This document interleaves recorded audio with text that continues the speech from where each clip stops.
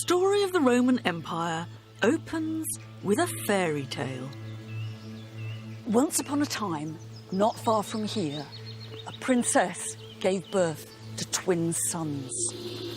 The king, her wicked uncle, fearing that the boys would one day become his rivals, ordered his faithful servants to throw them into the river.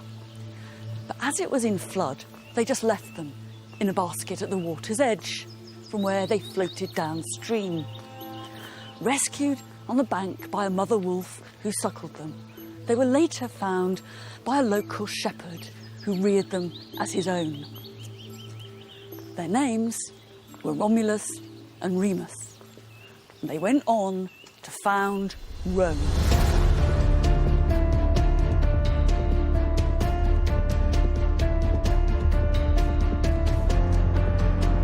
This small, ordinary town in the middle of Italy became the centre of an empire, stretching from the fringes of the Sahara to the damp moorlands of northern Britain, from Spain to Israel, the Nile to the Rhine. It has framed the geography of modern Europe and defined the way we think of empire now, transforming the Western world through revolutions in trade. This is one of the first examples of globalisation. Agriculture, just olives, olives and more damn olives. Art, law and architecture. This is where even I get a bit gobsmacked by Roman engineering. There are plenty of conquests and defeats too, battles and butchery. But there are also bigger questions. How did it work?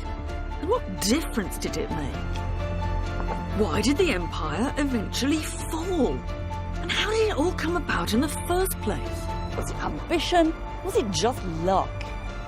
If we really want to answer that question, we have to go back to what the Romans themselves said about it, to their doubts, their debates, and their conversations. Because they wondered just as much as we do about what set them apart.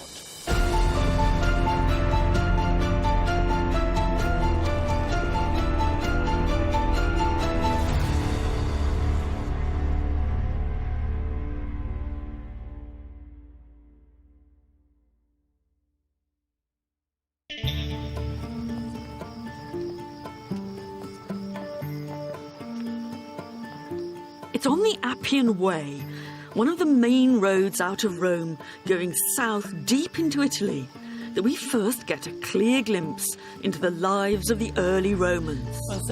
One second. A period long before the marble columns and the Colosseum, and one that's often overlooked. This tomb was built 500 years after the city was founded. It's a very long way from Romulus.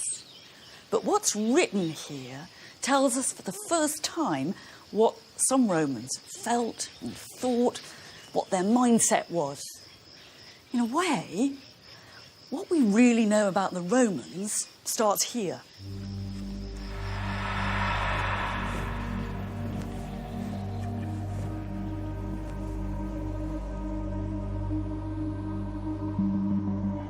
This isn't Rome as we now imagine it. But it is the grandest thing they could do at the time, and back then it was new. This is the tombstone of the first man to be buried here. Scipio Barbatus, that means beardy Scipio.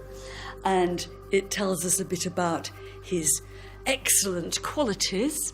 He is fortis, vir and sapiens. He's a strong, brave man. But he's clever, he's wise. This is quite strange. It says his appearance was equal to his virtus. So his appearance was as good as his virtue. He really looked the part. He cut a dash. And it ends with his conquests. He subegit omne Lucanam. He suppressed the whole of Lucania, which is a region in South Italy. Obsides quae abducit, and he took hostages. So it's very easy to see what these people's priorities were. But it's kind of more than that, because in some ways this is just a few lines of an epitaph. But in another way, this is the first short surviving historical narrative from any Roman that we have. I mean, this is the beginning of Roman history writing. It might be 500 years after the age of the founders, but this is actually the first place where we can really see the Romans. We get a very vivid picture of a people committed to conquest and to the glory that came with military victory. But that's actually like everyone else around them. So what set the Romans apart? With so little direct evidence, the best place to look for the answer is in the stories that they told and their own elaborate speculations on the city's origins. And in particular, in the mythical story of Romulus and Remus, the brothers suckled by a wolf. It was continually told and retold, and it contained a message about Rome's conquests and internal wars. There's actually a little more Roman history in the myth. It'd be easy to dismiss the story of Romulus and Remus as if it was just a fairy tale, just a myth. And it certainly isn't history in our terms. But that doesn't mean that it doesn't have a lot to tell us about how the Romans thought about themselves, what their cultural priorities and anxieties were. Why a wolf? The story wouldn't have been the same if it had been a cow or a sheep. It was the fact that they were rescued by a ferocious predator that revealed the destiny of the twins. Some Romans questioned the detail. The Latin for wolf, lupa, also means prostitute. So was it actually a prostitute who came to the rescue? But in broad terms, they believed that the tale was true. In fact, when later they came to inscribe in the Forum a list of the names of all those generals who had scored the biggest or bloodiest victories for Rome, people like the Scipios. Who did they start the list with? Romulus.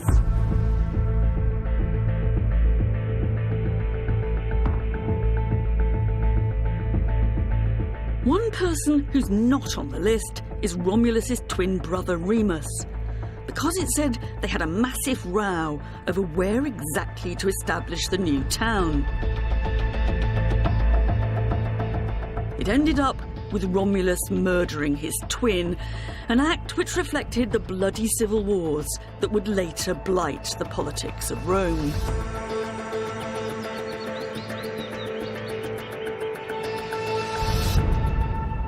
It must be one of the oddest foundation stories in the whole history of the world. Not only does it involve a pair of twins, not a single founder, but then one of the twins goes and kills the other. That's to say, fratricide lay at the very beginning of the Roman story. Brother killing brother was hardwired into Rome.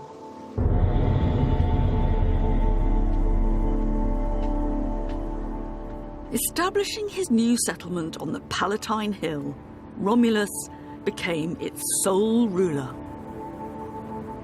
Romulus's first problem was that he had hardly any citizens for his new city. So he declared it an asylum, and he welcomed criminals, runaway slaves, the dispossessed and the down and out from the whole of Italy. It's another strange aspect to the tale. Whereas the average ancient city liked to imagine that its original inhabitants had sprung miraculously from the soil of the homeland, the Romans imagined that their city had originally been a city of asylum seekers. It was an attempt to give a mythic dimension to one of Rome's later most distinctive characteristics, that it not only welcomed outsiders, but that eventually it spread Roman citizenship throughout the empire. Romulus's next problem was that he had no women, and therefore his city had no future. But none of the people in the neighbouring towns were prepared to give their daughters to be Roman wives. They were actually nastily insulting and made no secret of the fact that they didn't think a band of runaways was great husband material. So Romulus had to resort to a trick. So the story goes, Romulus invited his neighbours, the Sabines, to a religious festival. In the middle of the proceedings, he gave a signal for his men to abduct all the young women among the visitors and to carry them off as their wives. This is the famous rape of the Sabine women, and it's an almost uncomfortably frank image. This woman here has been captured and she's trying to get away, but she's not going to make it. This one has already collapsed. And another is trying to flee, but it's hopeless. The rape might have been a response to a terrible Roman humiliation, but it was still a violent assault. These women are not willing, they're victims. It's an incident that the Romans discussed and debated and displayed ever after. Some of Rome's enemies said that this was absolutely typical Roman behaviour. If they wanted something, they just went out and grabbed it. In the story, the families of the Sabine women, as you'd expect, hit back at the Romans in what would be Rome's first war and first victory, which was commemorated in a rather strange monument at the heart of the city. Most people walk straight past here, but it's where the Romans were convinced that the heart of that battle took place, in what became the Forum, but what was then not much more than a swamp. And they marked the spot where one of Rome's first enemies fell to his death. This was just one of a series of monuments that imprinted the origins of Rome onto the face of the latest city. If you wanted, you could go up into the Palatine Hill and see what was supposed to be the hut of Romulus himself, still a tourist attraction in the 4th century AD. The myths of Rome were there for all to see, and with them, the problems of being Roman. Fratricide, rape, violence, and constant conflict.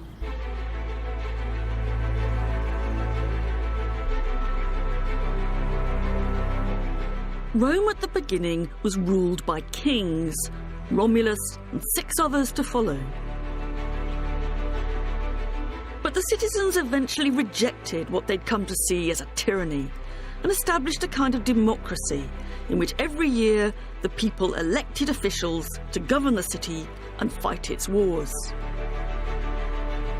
And soon after that, there were signs that Rome was beginning to grow. Why is it that an ordinary little town by the Tiber became something much, much bigger than that? The honest truth is, we don't know why it happened, but we do know when. We can almost touch it, almost. Because in the early 4th century BC, the Romans built this massive city wall around their town.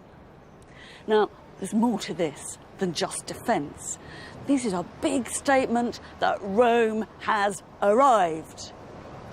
And even more interesting, a lot of the stone they used to build it came from the territory of a little town a few miles up the road that they'd just taken over. This is one of the first hints of Roman expansion.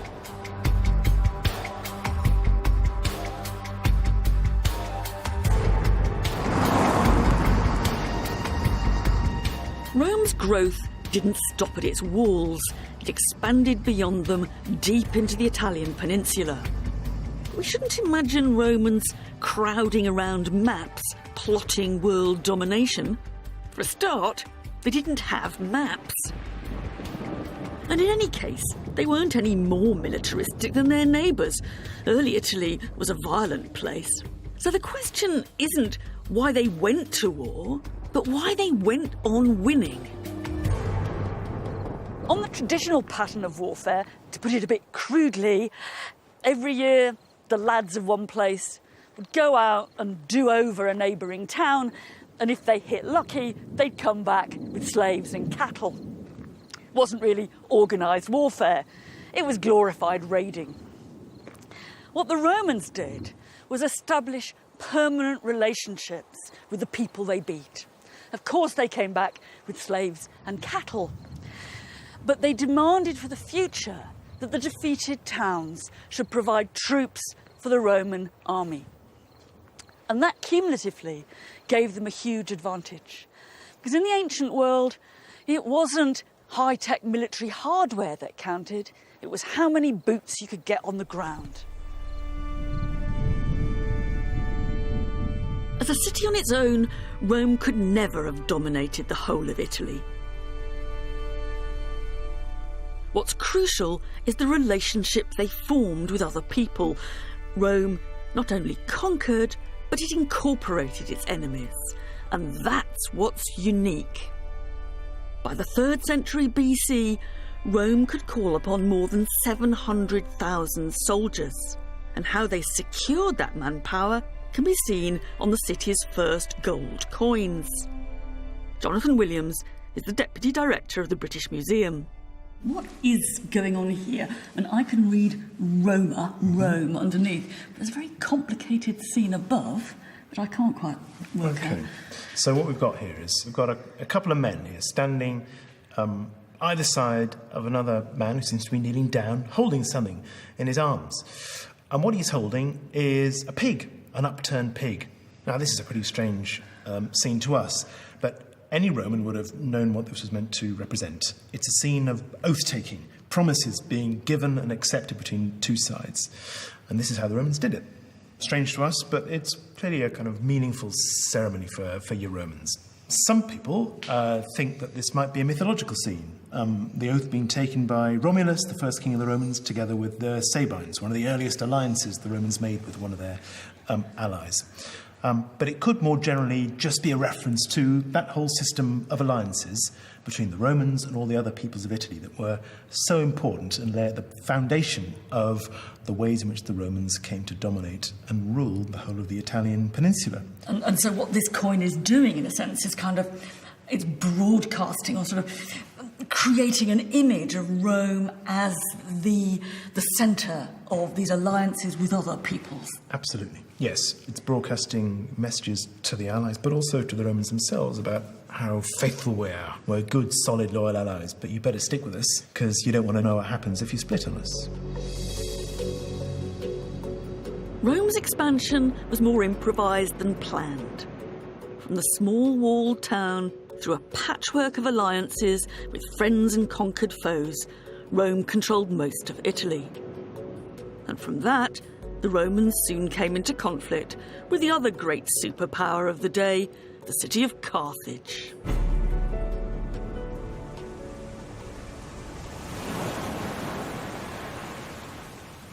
Because there was actually another empire out there to rival Rome. The Romans' network of alliances put pressure on them to intervene in support of friends and allies further and further afield. It's a bit like what happens to modern superpowers. One particular request for help had defining consequences. During a dispute between two Sicilian towns, different groups appealed to Rome and to Carthage. After intense debate in Rome between those spoiling for a fight and those who thought Rome was far better off out of it, the Romans decided to go in. And that was how Rome and Carthage first came face to face in conflict.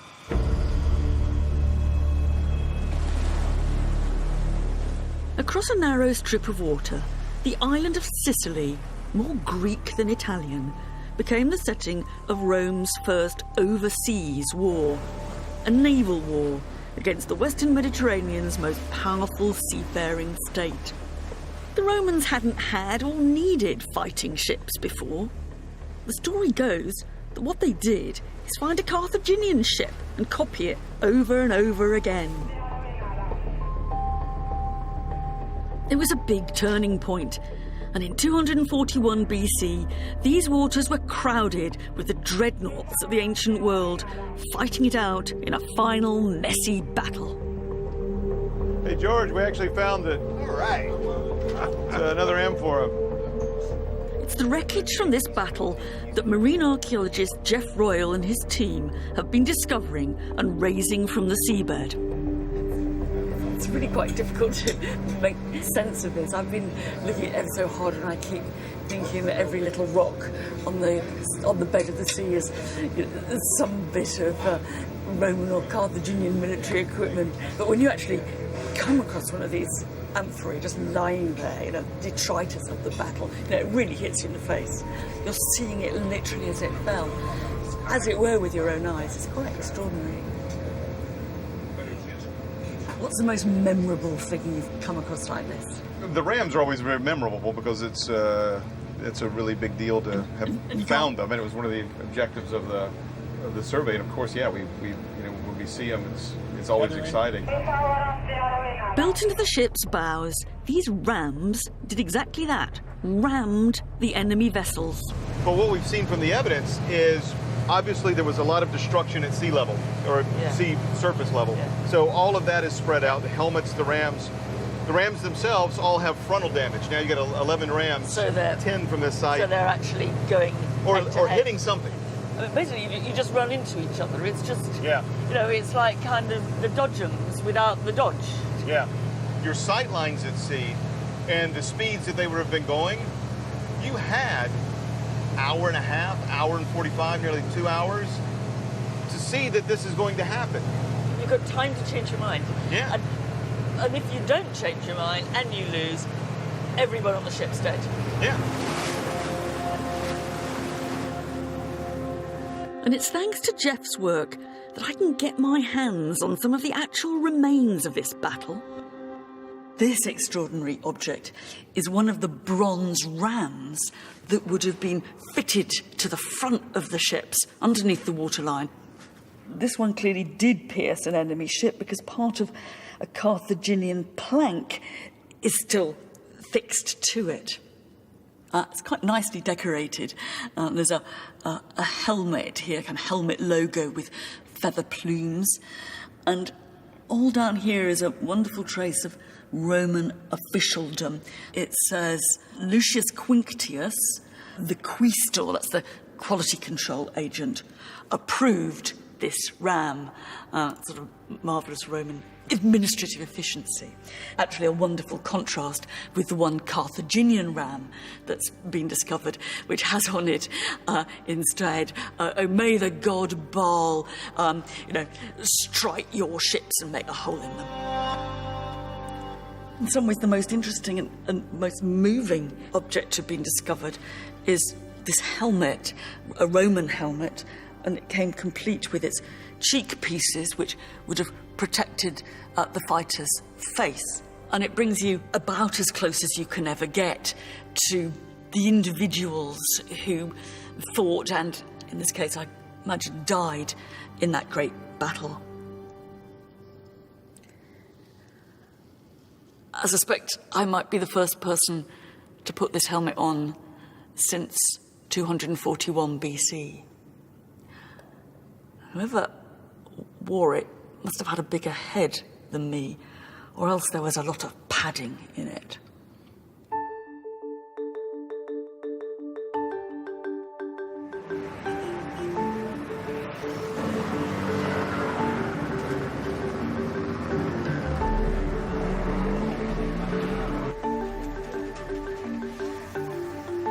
The end result of all this was that the Carthaginians were pushed out of Sicily altogether, and the island became the first overseas territory under Roman control. In a way, you might say that the Roman Empire began here. Rome defeated Carthage twice more. First was the famous occasion when Hannibal pulled off the stunt of crossing the Alps with his elephants, only to lose out eventually on all fronts. The Romans finished the job years later in 146 BC. Whether they were really anxious about Carthaginian recovery or simply wanted to show their muscle, they launched an expedition to North Africa under one of the Scipios, and they razed the city to the ground. As one hardline senator had repeatedly insisted, Carthago delenda est. Carthage must be destroyed. We don't know what actually drove Rome to annihilate the city of Carthage. They'd taken over most of the Carthaginian Empire when they defeated Hannibal, so maybe it was a devastating display of imperial self-confidence. But 146 would also be remembered for another city's destruction. This was the year that Rome sacked Corinth, the wealthiest city in Greece.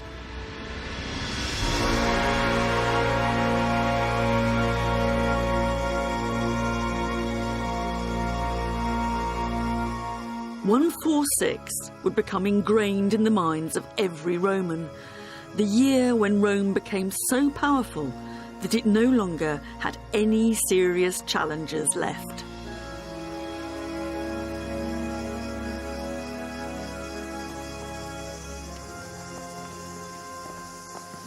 The destruction of two of the most famous cities in the Mediterranean changed the rules of the game forever.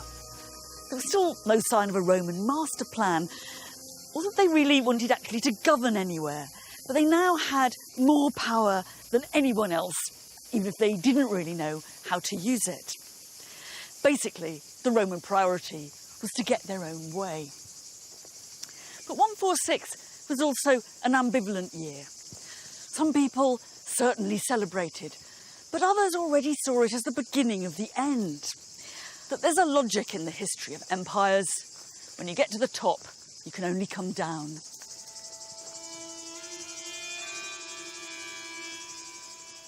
Carthage was wiped from the earth, but Greece was very different, and it gave Rome something more precious than economic profit: its culture. Conquest didn't just change the people that Rome conquered, it changed Rome too.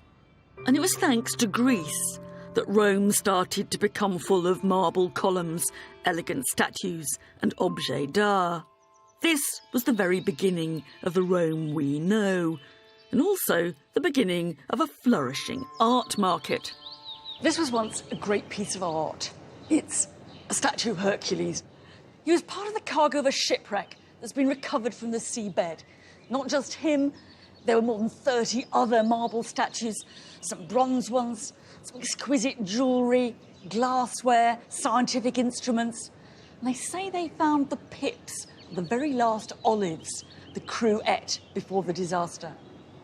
But from our point of view, what's important is that this was a cargo of stuff, one out of many thousands, that was making its way from the Greek world on a one-way ticket to Rome. Πατέρα, εγώ είμαι η κόρη σου. Και βασιλιά, βάκι που δίκαια μας την όρισες, αλλά πιο δίκαια από όσο ταξίζαμε.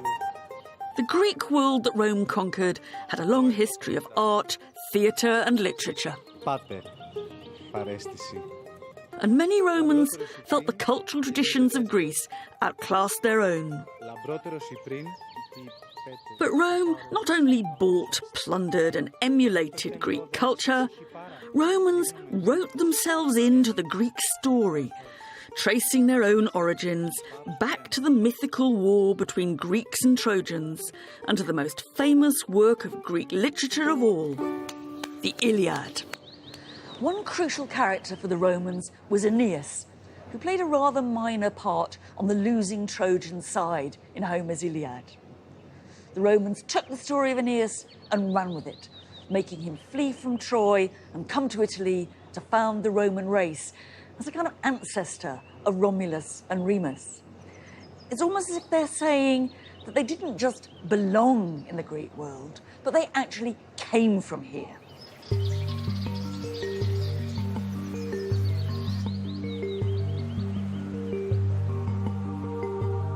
The story of Aeneas gave the Romans a stake in the traditions of Greece. But exactly how Greek to be was the topic of the day, with some conservative hardliners arguing that soft Greek culture was destroying old Roman values. There's more to conquest than conquest by sword. There's conquest by book, by word, and by culture. One Roman poet later claimed that it wasn't actually the Romans who conquered Greece, but the Greeks who conquered Rome. What he meant by that was the Greeks were really the winners because Rome owed them such a vast cultural debt that went back centuries before the conquest of Corinth. But at the same time, it was Rome's interest in Greek culture, their study, their preservation and their replication of it that's played a big part in keeping that culture alive for us. In a way, I like to think Rome has kind of given us Greece. The Romans had now gained effective control over the entire Mediterranean, the only people ever to have done that. Not always by annexing territory, but simply by being able to get their own way. We think of this empire as the land around the sea, but actually, at the heart of it, there's the Mediterranean itself. It's crucial to understand what's going on across this huge, liquid territory. We aren't talking just about some nice little boats transporting sculptures. The problems of controlling this sea were as important as the ones of controlling Carthage or Corinth. The Mediterranean was the empire's internal sea and main highway.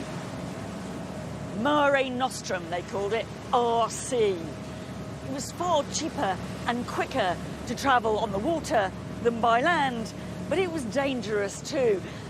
That's not just because all you'd need was one storm and you'd have lost everything. There were also bandits and hijackers wanting to get their hands on anything that was sailing. Not just goods, but people too. It's a bit like a motorway swarming with human traffickers. Rome's overseas conquests had turned thousands and thousands of prisoners into slaves. And that created a demand for more. There were big profits to be made out of the slave trade.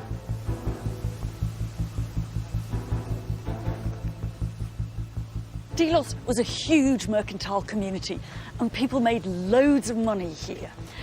One Roman writer called it the biggest market in the whole planet.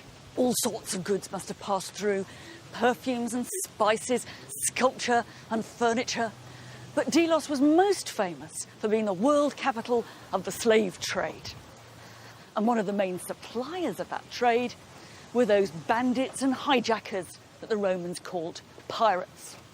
For the Romans, a pirate was anyone you didn't like in a ship, from small-time chancers to big-time criminals, more like the mafia. It was not an easy relationship, and those tough guys in ships proved pretty difficult to control. One day, they were stocking your market. The next day, they turned on you.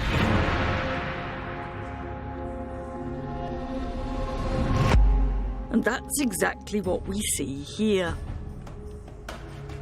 This is a wonderful pair of very distinctively Roman faces, sunken cheeks and wrinkly, both of them looking a bit sinister. It's kind of tempting to imagine that they were involved in a rather nasty form of business. They're also in a pretty ropey state. They've been smashed and they look a bit burnt.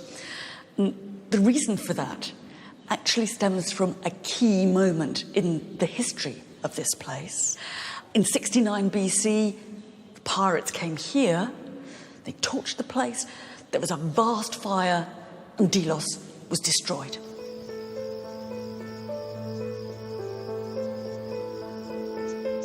Pirates had their impact at Rome itself too. Fear of pirates provided a reason or excuse for the Romans to take a decision that would set the scene for big political changes that would undermine their democracy and herald one-man rule. Pirates were certainly a nuisance and sometimes dangerous. But the threat could always be manipulated to justify military action. The war on pirates was a bit like the war on terror. And in 67 BC, the Roman people voted almost unlimited powers to one man to clear the sea of pirates. That man was Pompey.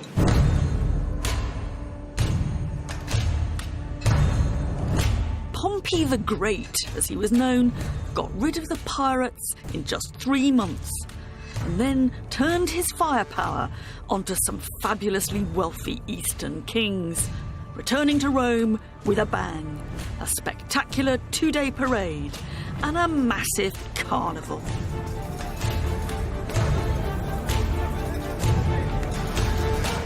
The Victory Parade was one of the biggest street parties the Romans ever celebrated. It was the general processing through the streets in his chariot.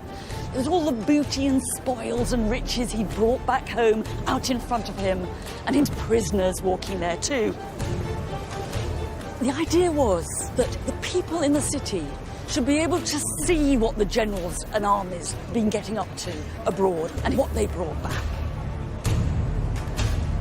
Some people thought the display was terribly vulgar, and on occasions people cried in the audience as they watched the poor prisoners go past.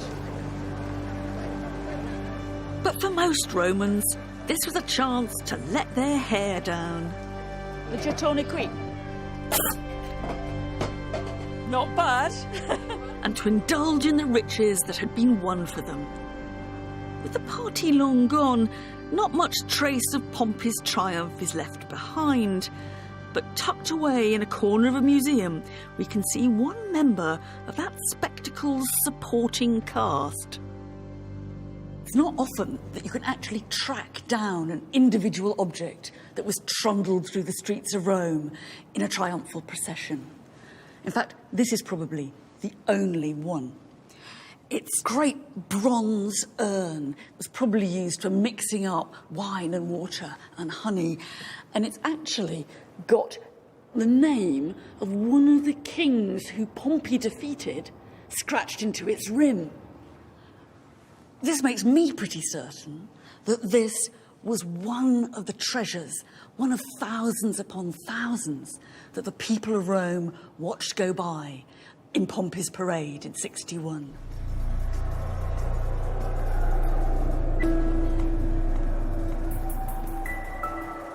The empire had been traditionally funded, formed and governed by democratic officials serving for 1 year, sharing power.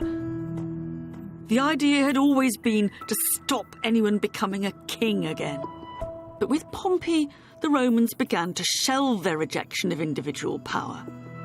If you needed to defend or extend the empire, perhaps you had to hand over control to just one man. Yet for a man who revolutionised Rome, he's left very few visible traces. This is a wonderful bit of Roman street archaeology. You might miss it to start with, but the layout of these buildings, this sweeping curved facade, actually matches ancient Roman foundations underneath. And those foundations belong to a huge semicircular auditorium of a theatre.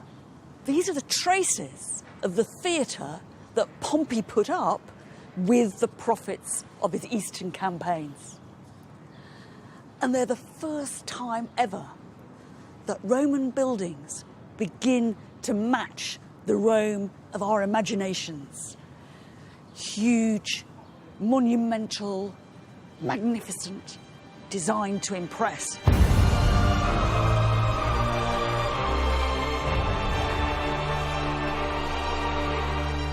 Pompey set the benchmark for what an imperial building should look like, and one that later emperors would follow.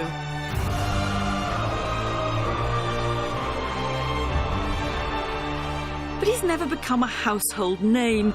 He's always been overshadowed in the quest for glory and the competition for personal power. The one person that forever after stole the limelight was his great rival, Julius Caesar.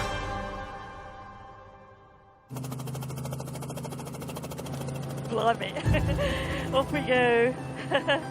Never done this before. Going in the opposite direction to Pompey, Caesar headed west. When Pompey had been so stunningly and bloodily successful out east, and had come back with such a load of cash and spoils, Caesar, if he wanted to rival him, had only one option, which was to have a great conquest himself.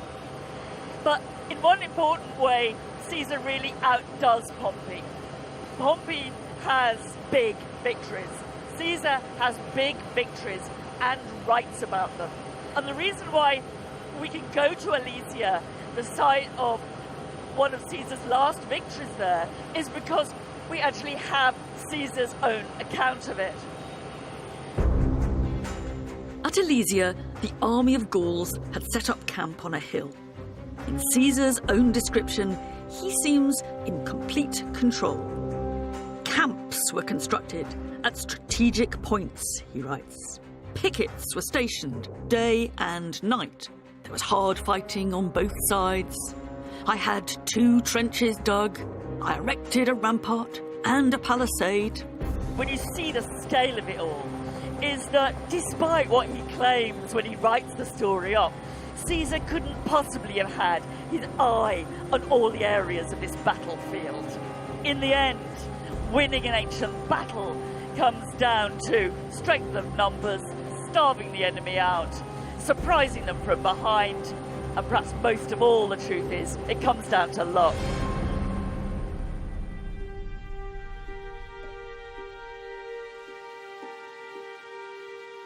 Luck or not, I'm sure that Caesar himself will be delighted to know we still read his own version of these campaigns. However he won the battle, the real point is that his story has lasted for centuries. And in terms of imperial propaganda, it's a nice proof that the pen really can be mightier, or at least more enduring, than the sword. The leader of the Gauls in their doomed last stand was Vercingetorix. Since then, he's become a hero of modern France, a freedom fighter standing up for the French nation. The irony is that everything we know about Vercingetorix goes back to what Caesar wrote about him. In a way, our Vercingetorix is a Roman creation. Whatever he was really like, the point was that Caesar needed to show that he had defeated a dangerous, brave, and ultimately worthy opponent. The Romans would never have thought that there was any kudos to be gained in beating a sissy. Caesar also boasted about the number of Gauls that his army had killed during his campaign. Modern estimates come to around 1 million. His figures may have been sexed up to impress back home, but there's little doubt that Caesar's ambition to surpass Pompey's glories had been achieved through nothing short of genocide. Excavations of the battlefield have unearthed some of the weapons that won Caesar his victory, including the ancient version of landmines. These things aren't exactly high-tech, but they're very, very nasty. This one in particular, you have to imagine standing on it in your leather sandal.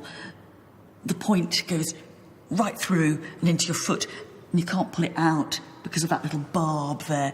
Your foot's bleeding, you can't get your sandal off, you're in agony, you can't move. It makes my toes curl just to think about it. There were people in Rome who got anxious about what was going on in Gaul and at the level of the killing. And some of Caesar's enemies even went so far as to suggest that he should be put on trial for war crimes and that the judge and jury should be all Gauls. The Roman Empire was a pretty brutal thing, but there were some levels of brutality that even the Romans couldn't stand.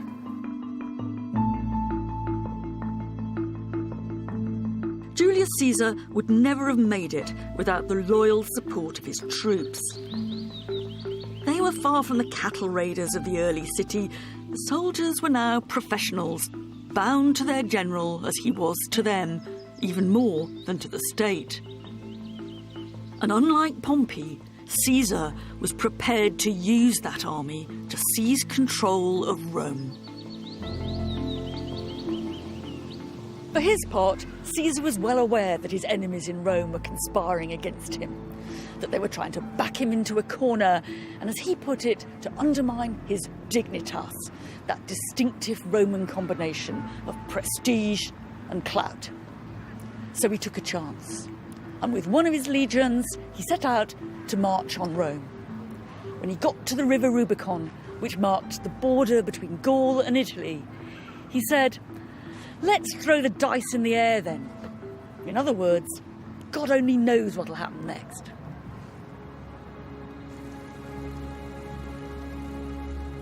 Some Romans saw this as the legacy of Romulus and Remus, the twins whose quarrels resulted in the death of one. Now, a Roman fought Roman for ultimate power. Caesar's return to Rome triggered a chaotic civil war that engulfed not just Italy, but most of the empire. Pompey himself ended up dead on the coast of Egypt, his decapitated head presented to Caesar, who, so we're told, burst into tears at the sight of it. Caesar won the war and was made officially dictator, sole ruler of Rome.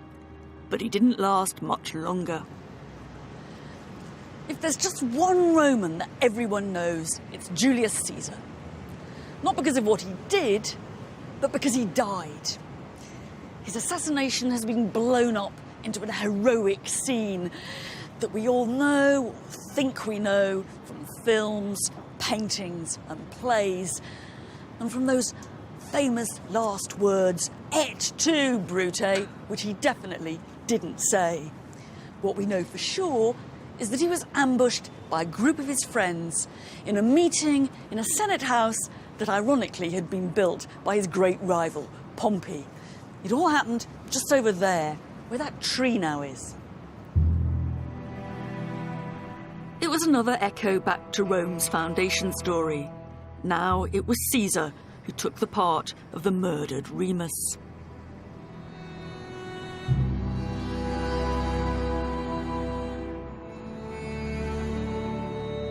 It's the most famous political assassination ever, carried out in the name of liberty, just a few weeks after Caesar had been made dictator for life.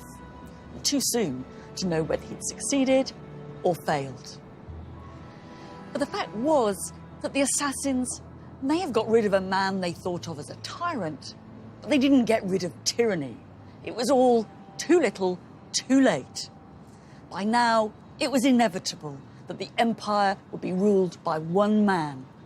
The question was, what shape would that one-man rule take?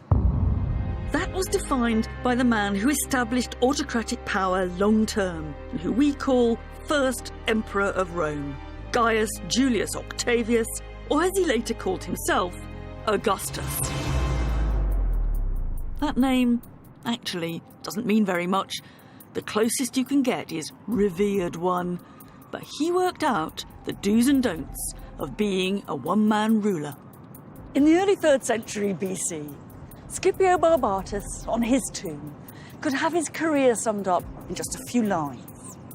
300 years later, the Emperor Augustus wrote his own epitaph to be displayed outside his tomb in hundreds of lines.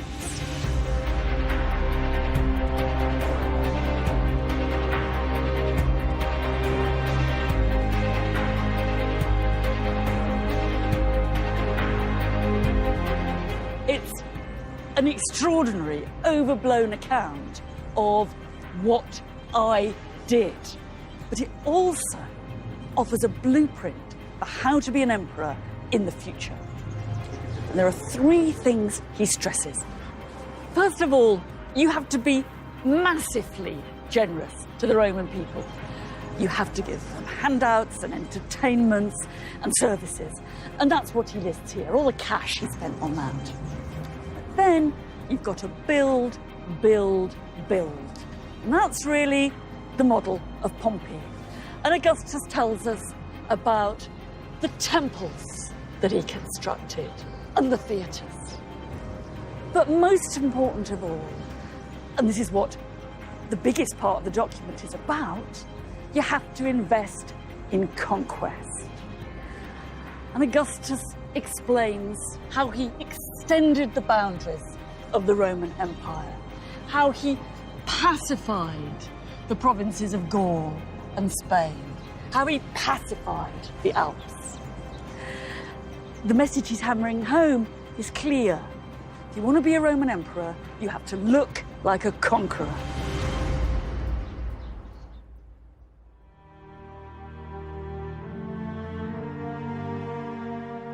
However much the Romans tried to avoid the Pompeys and the Caesars of this world, the problems of governing, policing, an ever-expanding empire proved that decisions taken by committee didn't work.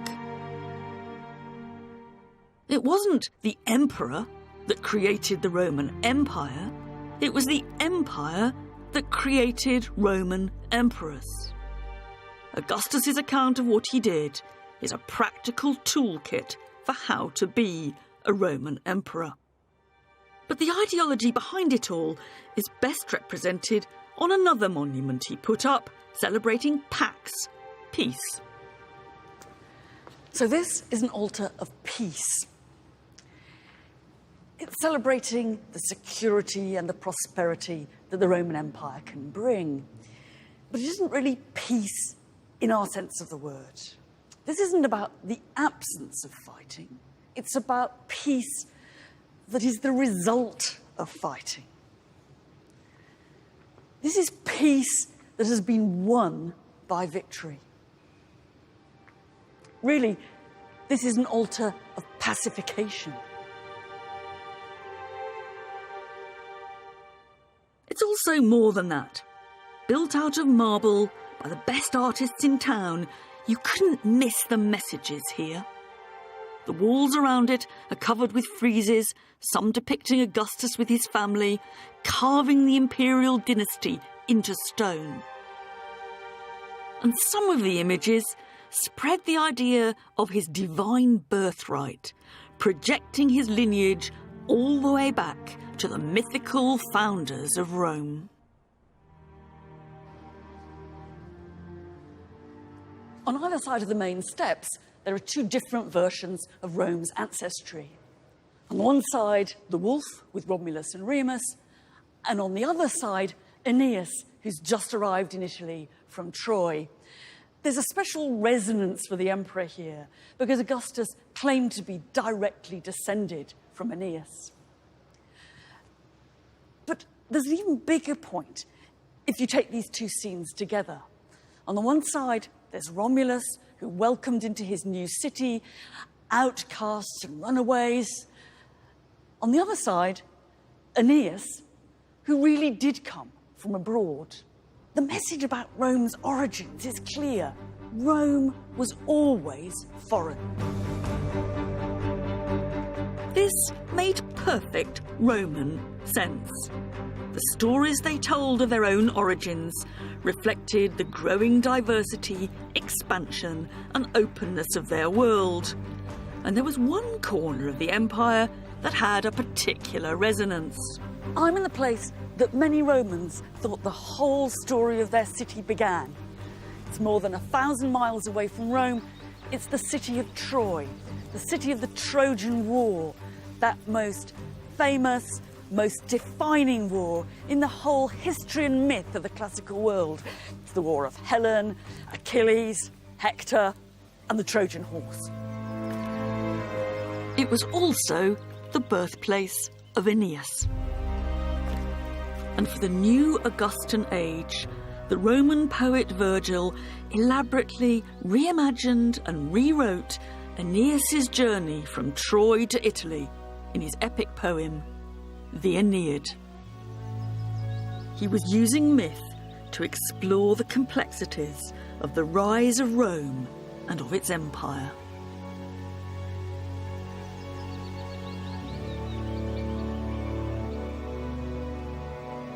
There are all kinds of themes in this poem. Love, honour, heroism and empire. Virgil also points to some of the much more disconcerting sides of imperial power. At the end of the story, and it's really the last thing we see Aeneas doing, our hero cruelly and gratuitously slaughters an enemy soldier who has surrendered to him. It's as if, in Virgil's hands, the story of Aeneas both celebrates Rome's empire and exposes its potential brutality. And yet Virgil could also present the Roman Empire as a gift from the gods themselves. At the very beginning, Jupiter, the king of the gods, prophesies Rome's future power. I have given, he says, I have given the Romans imperium sine fine. I have given them empire without limit. It hadn't really started that way. A completely unremarkable city had expanded far beyond its walls, becoming the power centre of a vast empire. And from the twins to the emperors, from cattle raiders to organised armies, from the early victories of Scipio Barbatus to the crushing destruction of Corinth in the east, or the bloody killing fields of Gaul in the west, through a combination of improvisation, good luck, greed and ambition, Rome has imprinted on our minds what it means to be an empire. The idea of empire without limit is something that Scipio Barbatus could never have understood. He knew all about conquest and military glory and the profits that came with them. But Rome, having territorial control over swathes of the outside world, thought of as limitless, would have been absolutely incomprehensible to him. 2.5 centuries later, Virgil's Aeneid claims that Jupiter himself had planned it that way. It's as if Virgil, looking back, is reinterpreting the messy, the improvised history of Roman conquest into some grand design of manifest destiny.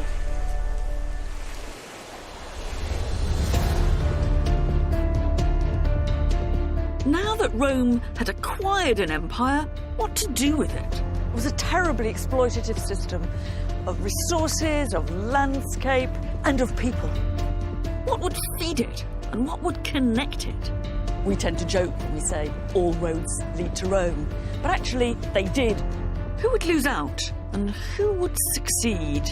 One of the biggest things he did was put up this huge amphitheatre.